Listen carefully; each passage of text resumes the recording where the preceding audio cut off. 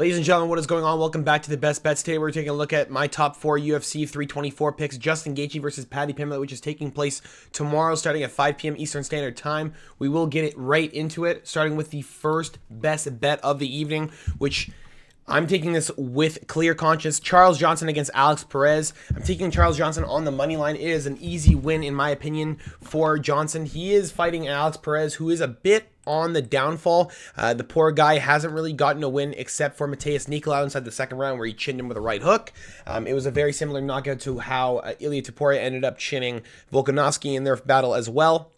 Unfortunately here with Alex Perez, Charles Johnson's just a bit on the up and up. He is looking at those top 10 spots and he is looking to try and make a push for the flyweight title. Now he is on quite a bit of a spree, only losing to Ramazan Tamarov. I believe that might have been a short notice fight if I'm not mistaken, but if not, it is what it is.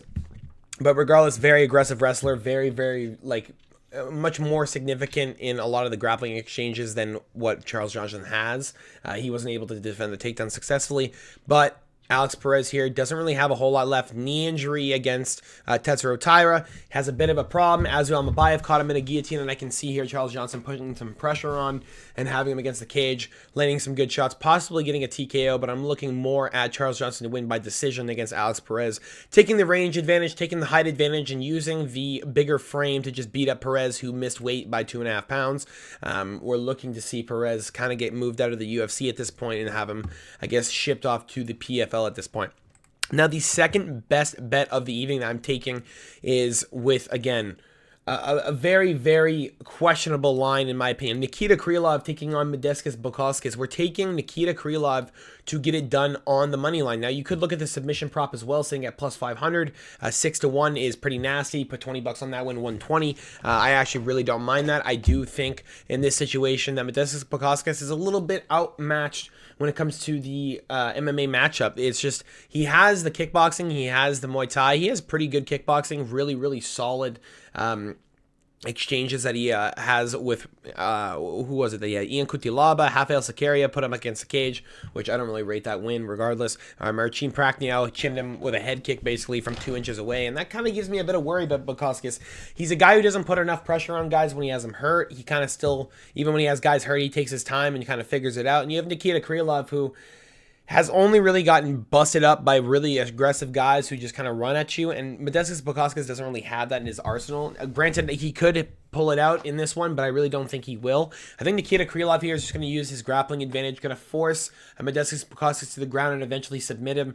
Nikita Krylov has been inside the UFC for a long time, fought the best of the best, beat Volkan Ozdemir, Alexander Gustafsson knocked him out, Ryan Spann, Johnny Walker win, Oven St. Preux a long time ago where OSP was still performing at a decent level.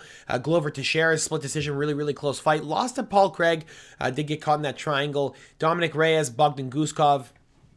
You had some really aggressive exchanges, but you have Bukauskas here. Not going to be able to do that. I'm going to go with Nikita Krylov to get it done. He has the range advantage. He's going to be able to keep some distance. He has taken some decent time off, but again, 2 knockouts in less than a year, and he's going right back at it. I think Krylov can get it done, but do worry for the chin just a little bit. Bukauskas is just not aggressive enough, in my opinion, to get it done and through. The third best bet of the evening is going to be taking Waldo Cortez Acosta and Derek Lewis to go under 1.5 rounds. Now, when you're looking at these two guys, you might be thinking that this might go over. You might be thinking, wow, 2 big powerhouses.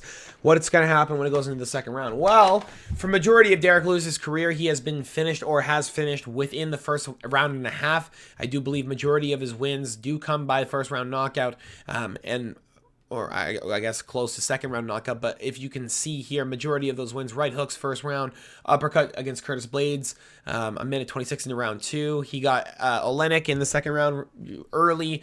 Third round for Volkov, understandable. Marcin Tybura just barely over the 2.5 mark. Travis Brown barely over the 2 mark. Or the 1.5 mark, excuse me.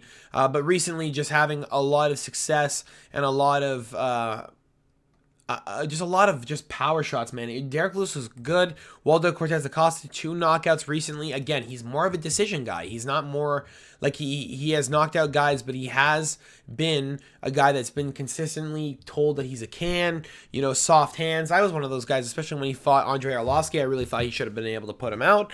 You have Shamil Gaziev and Ante Delija, who just gets absolutely fucking butchered by Waldo. And realistically, if you're really looking at Derek here, he's 40, almost 41 years of age. I think he's more tuned to the fact that he doesn't have 3 rounds of cardio as much as he used to. Granted, he did say that he's on some new peptides that the UFC gave him. I don't think he was supposed to say that, but he did say that. He might be in the best shape of his career. He didn't have to cut to 265. He's at 263, which is very interesting. And you're kind of looking at a question mark here. I'm looking more for the fact that this will finish inside the first round and a half. I'm going to bank on the fact that Derek Lewis sees that he has Waldo Cortez Acosta, who likes to keep range. He will close the distance. Shamil Gaziev was able to find a nice right hook inside change, and he was looking for that big left. Unfortunately, could not find it. Waldo Cortez Acosta ended up clipping him with a really good shot and putting him down, and that started the end, excuse me, for Shamil Gaziev. If Derek Lewis hits you in that exchange, you are going out. It is a different level of power. He's got the most knockouts in UFC history. He will continue that spree probably against Waldo Cortez Acosta, especially as a fucking plus 250, giving that money all day, boys.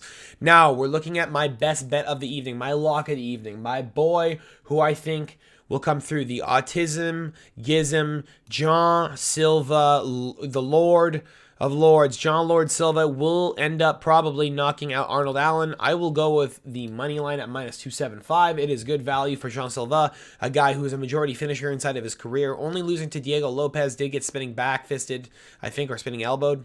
And unfortunately got clipped after he cracked Diego with just the same thing that almost put him out. Now, you are looking at Arnold Allen, who maybe does have the speed advantage. Very, very, very high level kickboxing. Very, very good. Very good. He's fucking beautiful. He's got really good knees. He's got really good mix-up. This guy's fucking nasty, okay? He's been in the UFC for a long time. For some reason, he's been in the UFC since 2015. I didn't fucking know that. But they've been dragging this poor fucking kid around, fighting once a year for fucking 5 years, which is absolutely insane in my opinion. But he's fought the best of the best. This isn't a guy to be fucked with. But Jean Silva, man, he's just different. This guy's literally, like, you have to understand, when a guy has so much trauma and so much fucking problems that he literally is crying when he looks at the fucking UFC belt. He literally went for promos for the Paramount, and he was crying when he was looking at the belt. That is a fucking red flag if you're Arnold Allen. He's crying looking at what he's trying to accomplish. Oh, my God. Oh my God, he doesn't even have it yet, and he's bawling at the fucking thing. He's going to knock out Arnold Allen. That's my assumption. I think Silva's just going to run at him and fucking put him into orbit. Now, if you are betting this is a plus 845. Once again, I cannot say 100% that this will hit because YouTube algorithm likes to play a little game where they block my videos and have me fucking appeal it because I say something about 100% guaranteed. This is not 100% guaranteed, okay? But I love these picks. These are my best 4 picks for the evening. $25 does get you $236 back if you just want to put a little piece on the pie.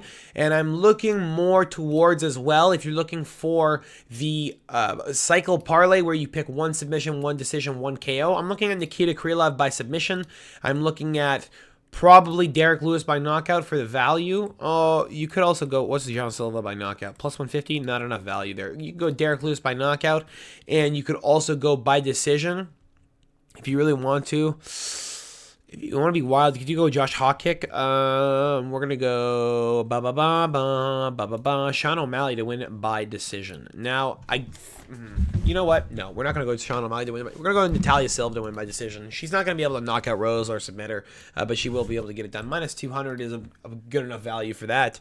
You will take $810 home if you bet $20 on that. That's all I got for you guys today. I do like those picks a lot. If you're looking more for a more big, like a decent breakdown where I go more in depth, I will post that probably tomorrow, but there's not enough time for you to really bet that. This is just the best bets. If you're looking for live bets, I will be doing the live stream tomorrow starting at 5 p.m. Eastern Standard Time for the entire card. I will see you guys all tomorrow if you are there, and if I don't, good luck with your bets. Hopefully you guys win. Make sure to drop some of your bets down below so I can try and follow them. Let's see if we can make some money, boys, and we'll try and post a video and see how we did. I'll talk to you guys all later. Peace.